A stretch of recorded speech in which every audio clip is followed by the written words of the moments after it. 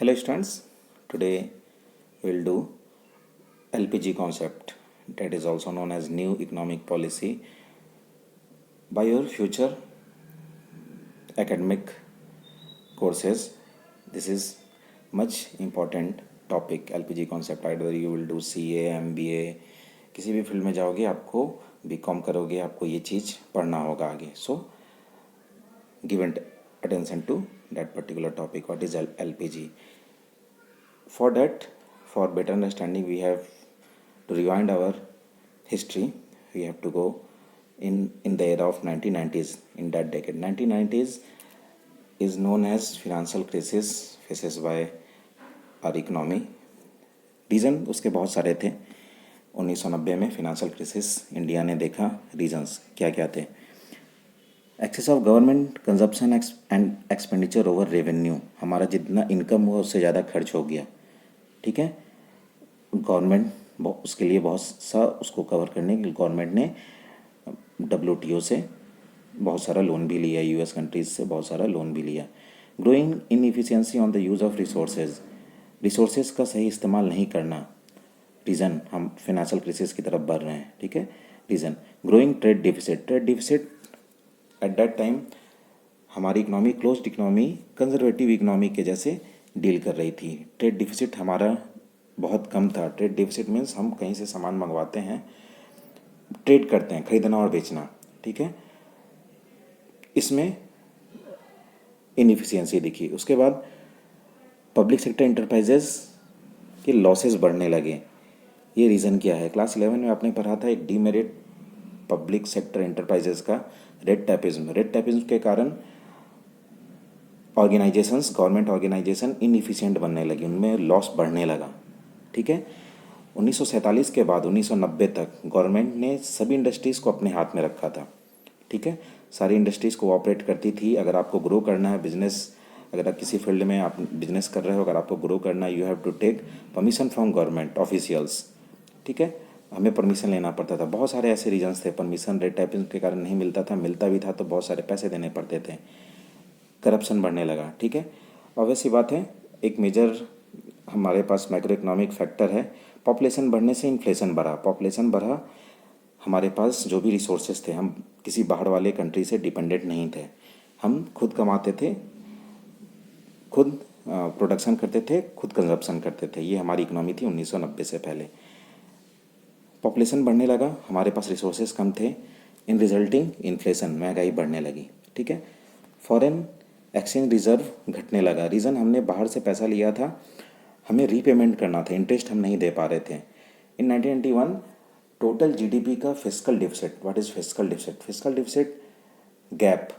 ठीक है. डिफिसिट हमारे खर्चे, एक्सपेंडिचर्स और हमारा रेवेन्यू, जितना हमारे पास इनकम आया है, इसमें जो गैप होता है उसको बोलते हैं फिस्कल डिफिसिट. वो बढ़ने लगा. That particular term you will study in economics too. So when we are already at the bottom of the pit, you can do is go up. जब आप नीचे होते हैं आपको बस ये होता है आप ऊपर जा सकते हैं, आपके पास अपॉर्चुनिटीज़ है. ठीक है. फिनेंशियल क्राइसिस हमारे पास था, हम लोन रीपेमेंट नहीं कर पा रहे थे, हमारी कंट्री डिफ़ॉल्टर के लिस्ट में जाने वाली थी. Eight that time new economic policy has bring up by at that concern government, that is Congress government. उस समय 1991 में डॉक्टर मनमोहन सिंह, हर एक स्टूडेंट इस नाम को जानता है. डॉक्टर मनमोहन सिंह उस समय फिनांस मिनिस्टर थे. उन्होंने वो एक नई पॉलिसी लेकर आए एज वो फिनांस मिनिस्टर थे. Liberalisation, privatisation, globalisation. Okay. What is it? Study one by one. Liberalisation. इससे पहले हम देख लेते हैं इकोनॉमिक पॉलिसीज़ की ऑब्जेक्टिव्स क्या थे. 1990 में जो फिनेंशियल क्राइसिस हुआ उसके रीजंस, जो नई पॉलिसीज़ बनी उसकी ऑब्जेक्टिव क्या थी? To reduce the rate of inflation, महंगाई को कम करना. ठीक है. टू रिड्यूस फिस्कल डिफिसिट, हमारे जो खर्चे ज़्यादा हो गए थे इनकम से, उस चीज़ को कम करना. ठीक है. To improve the balance of payment situation. Balance of payment एक स्टेटमेंट है, कंट्री का स्टेटमेंट होता है, इकोनॉमिक स्टेटमेंट होता है, जिसमें ये पता चलता है हमारा कितना रेवेन्यू है और हमारा कितना एक्सपेंडिचर है. ठीक है. इनकमिंग और आउटगोइंग, इसके एक डिटेल्ड स्टेटमेंट को हम बोलते हैं बैलेंस ऑफ पेमेंट. ये एक पर्टिकुलर टेन्योर के लिए होता है, 1 साल के लिए होता है बैलेंस ऑफ पेमेंट। ये भी आप इकोनॉमिक्स के चैप्टर में अच्छे से पढ़ोगे। नेक्स्ट है to encourage foreign capital investment, हमारी कंपनीज में बाहर वाले लोगों का पैसा लगाना। ठीक है, ये सब हमारा ऑब्जेक्टिव था। ये जो नया पॉलिसीज़ हम पढ़ने वाले हैं एलपीजी कॉन्सेप्ट, इसका ऑब्जेक्टिव है, ये सब हमें अचीव करना था। To improve efficiency and productivity of economy, और वैसी बात है इकोनॉमी को प्रोडक्टिविटी के डायमेंशन से अच्छा करना है, इफिशियंट करना है। Okay, so one by one. First, liberalisation. Liberalisation is the relaxation of government restrictions. As I said, पहले लाइसेंसिंग राज था, आपको लाइसेंस लेना पड़ता था गवर्नमेंट से कोई भी बिजनेस करने के लिए, मेजर बिजनेस करने के लिए। ठीक है, तो इसमें गवर्नमेंट ने छूट दिया, कुछ 6 इंडस्ट्री को छोड़कर हर एक इंडस्ट्री को लिबरलाइज कर दिया गया। मीन्स आप अगर बिजनेस करना चाहते हो, आपको गवर्नमेंट से पूछने की ज़रूरत नहीं है, लाइसेंस लेने की ज़रूरत नहीं है, कुछ इंडस्ट्री को छोड़ के, like railway industry, atomic energy, okay, arm forces, this arms forces, ये सारी चीज़ों को, इंडस्ट्री को छोड़ के, एटॉमिक एनर्जी को छोड़ के बाकी सारे सेक्टर्स को में हमने लाइसेंस को ख़त्म कर दिया। आप आराम से उस चीज़ को कर सकते हो। Examples of liberalization, abolishing license agreement in most of the industries as I discussed. Freedom in fixing of prices, पहले किसी भी गुड्स का प्राइस गवर्नमेंट फिक्स करती थी, अब ये इंडस्ट्री पर छोड़ दिया गया, तो एक तरह से ये गुड पॉइंट है। Okay, freedom in deciding the scale of business activities. हम सपोज आज हम 10,000 यूनिट बना रहे हैं, हम 1 लाख यूनिट बनाना चाहते हैं, इसके लिए हमें गवर्नमेंट से परमिशन लेना पड़ता था, और गवर्नमेंट ऑफिशियल्स उस चीज़ को करने के लिए ब्राइब, ठीक है, फिनेंशियल इंसेंटिव्स उनको चाहिए होता था। एक प्रोजेक्ट पास करना है, ठीक है, हमें कंपनी हमें बढ़ाना है, तो हमें गवर्नमेंट ऑफिशियल से लाइसेंस लेना पड़ता था, उनसे पूछना पड़ता था, उसके एवज में कुछ पैसे भी देने होते थे। ये सब करप्शन भी बढ़ने लगा इन सब रीजन से 1990 से पहले, तो ये सब हमने किया। अब आपको कोई भी अगर इसके अलावा ऑपरेशंस बढ़ाना है, आपको किसी से पूछने की ज़रूरत नहीं है। लिबरलाइजेशन ये पॉलिसी नहीं है।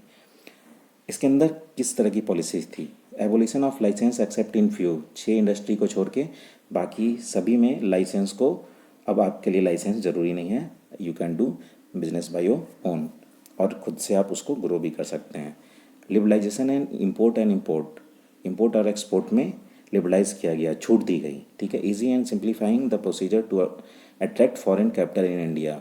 एफडीआई, फॉरेन डायरेक्ट इन्वेस्टमेंट, बाहर वाले लोग इंडिया में पैसा लगाते हैं, अगर आप अच्छा काम करते हो तब आपके ऊपर कोई बेट लगाता है।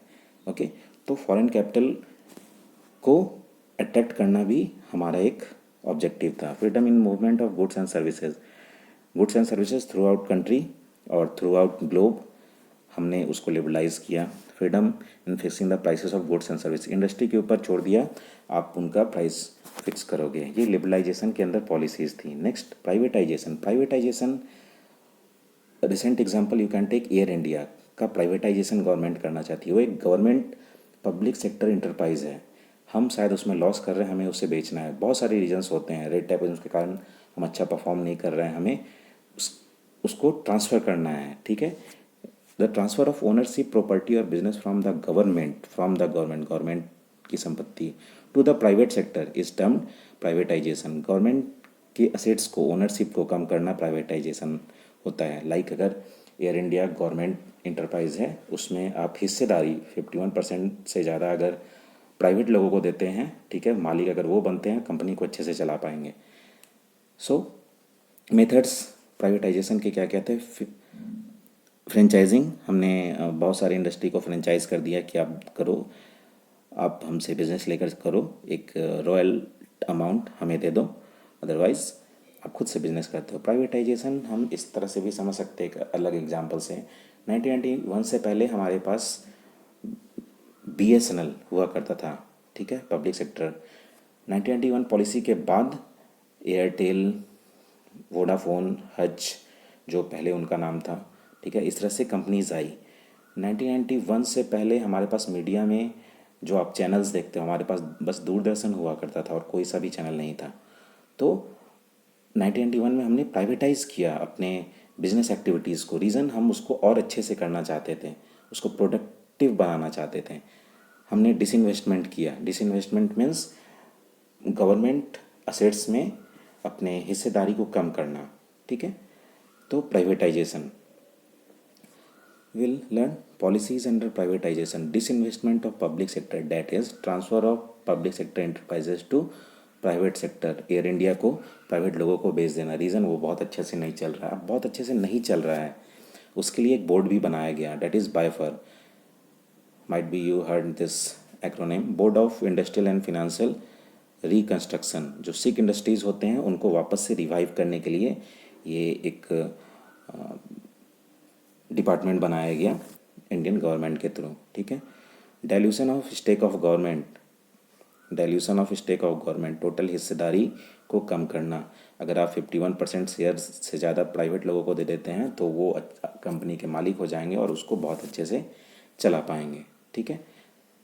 Next, globalization, this particular term you have already read in class 10 economics book, okay.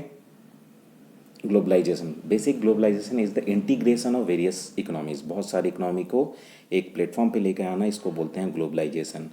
Outsourcing, जो काम हमसे नहीं हो सकता है हम बाहर वाले लोग उस काम को करेंगे। लाइक आज के डेट में भी जो मेजर रिसर्च किए जाते हैं इंडिया में वो आउटसोर्स किए जाते हैं, बाहर की एजेंसीज करती है हमारे यहाँ, ठीक है।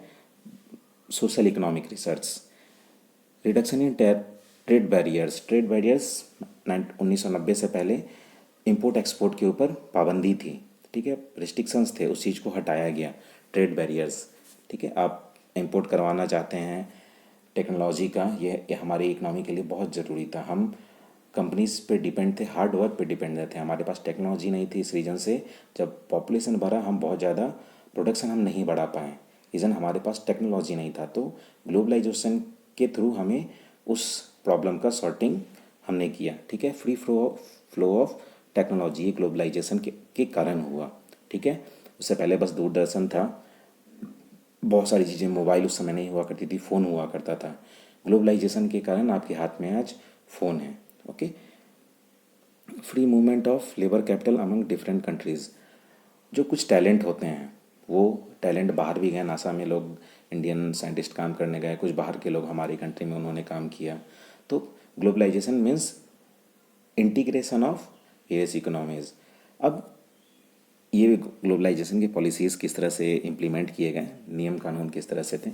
Import liberalization, removed many restrictions from import of capital goods means machineries के ऊपर से जो इंपोर्टिंग थी रिस्ट्रिक्शंस उसको हटाया गया। मीन्स एक नॉर्मल कंपनी अब मशीनरी खुद से इंपोर्ट कर सकती है, गवर्नमेंट से आपको पूछने की ज़रूरत नहीं है।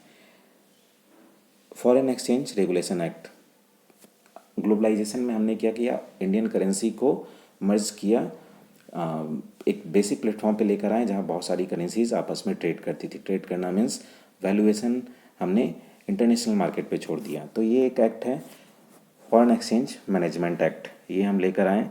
मीन्स बाहर का पैसा हमारे यहाँ आएगा तो एक लिमिटेशंस होने चाहिए, तो उसको देखने के लिए इंडियन गवर्नमेंट ने ये एक्ट बनाया, ठीक है। ग्लोबलाइजेशन हमने कर दिया है, मीन्स ट्रेड बैरियर्स खोल दिया है। तो अगर बहुत ज़्यादा हम इंपोर्ट करेंगे वो हमारे लिए ख़राब है। तो इन सब चीज़ों को रेगुलेट करने के लिए ये एक्ट था, फॉरेन एक्सचेंज मैनेजमेंट एक्ट।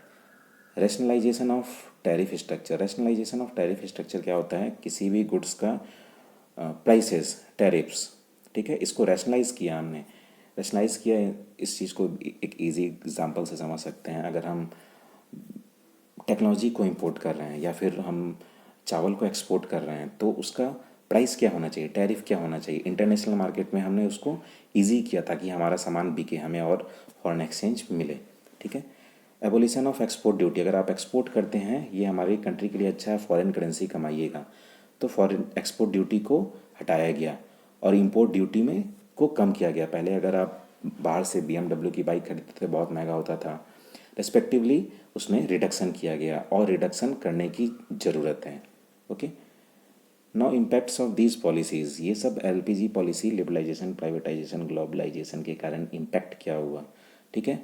पहले BSNL था, अब जियो भी है, वोडाफोन भी है, बहुत सारी कंपनीज़ हैं। सो इंक्रीज्ड कंपटीशन, इसका फ़ायदा कस्टमर को मिलता है। मोर डिमांडिंग कस्टमर्स, ऑब्वियसली अगर कंपटीशन बढ़ेगा कस्टमर्स और ज़्यादा डिमांडिंग हो जाएंगे। रीज़न हम इंपोर्ट भी कर रहे हैं चीज़ों का, ठीक है। अगर एक ह्यूमन बीइंग को अच्छे क्वालिटी का कुछ मिलता है वो उसकी तरफ टेंड होता है, तो डिमांड बढ़ता है।